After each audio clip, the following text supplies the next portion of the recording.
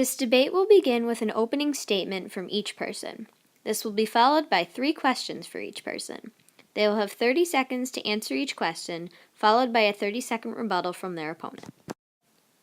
Karl Marx has been chosen to present first. My name is Karl Marx, and I am here today representing the Communist Party. My party believes that wealth and power should be distributed equally among all people, regardless of their social class. If our current situation of unbalanced power and wealth continues, it will bring about armed revolutions. By the end of this debate, you will see that the use of communism would create a stable and equal society. So, my name is Adam Smith, and I am representing the Capitalist Party. We believe that the best way for our country's economy to thrive is through a free market system. Under this system, every person has an opportunity to be more successful than his fellow man. The harder you work, the more successful you will be, motivating everyone to work until the nation's fullest potential is reached. At the conclusion of this discussion, the audience will see that capitalism is the best economic party for a country to support. How does your system motivate people to work? By having all of the wealth and power distributed equally, everyone will be able to see a product of their work. In the free market system currently being used, a factory worker does a simple, mindless task all day without seeing the final product. Their pay is not equivalent to the effort and time they spend in the workforce. Most of the money goes to factory owners who do nothing. Under our system, everyone will receive what they need and deserve. If everyone receives the same amount, people will not be motivated to do their work. Those that do nothing will still receive the same amount as people who work very hard and work for what they get. The factory owners worked hard to start and build up their wealth, and they provide necessary job opportunities to support our economy by paying workers from their own pockets. They deserve to have more than the proletariat class. There is a reason there is a social hierarchy. As it creates order, certain people are higher up in the structure because they work harder. What are your beliefs on government control of the economy? We believe that the government should be involved in the economy in order to create equal distribution. No one person can provide the regulations needed for all to be equal. Having government control would prevent wealthy business owners from taking advantage of desperate workers. An example of this would be the labor laws that were given to mistreated workers in factories.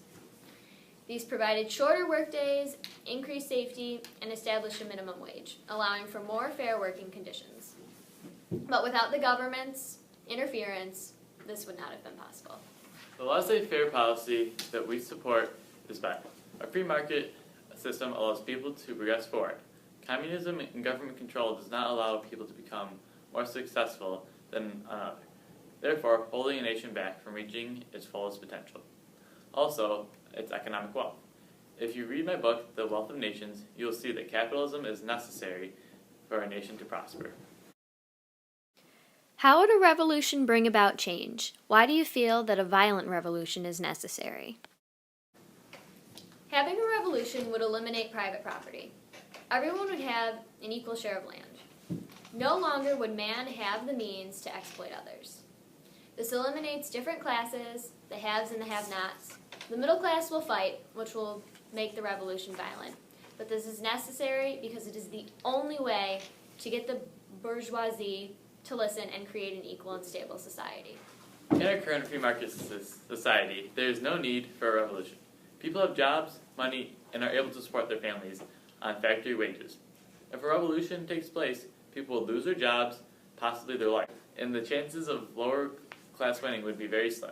The bourgeoisies would have more to fight for because they have more to lose than the lower class, and they have the economic means necessary to defend themselves. How is the capitalist system helping to develop the economy?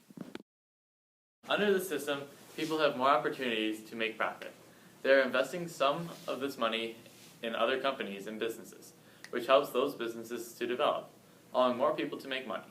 Wealth is being spread to a large number of people.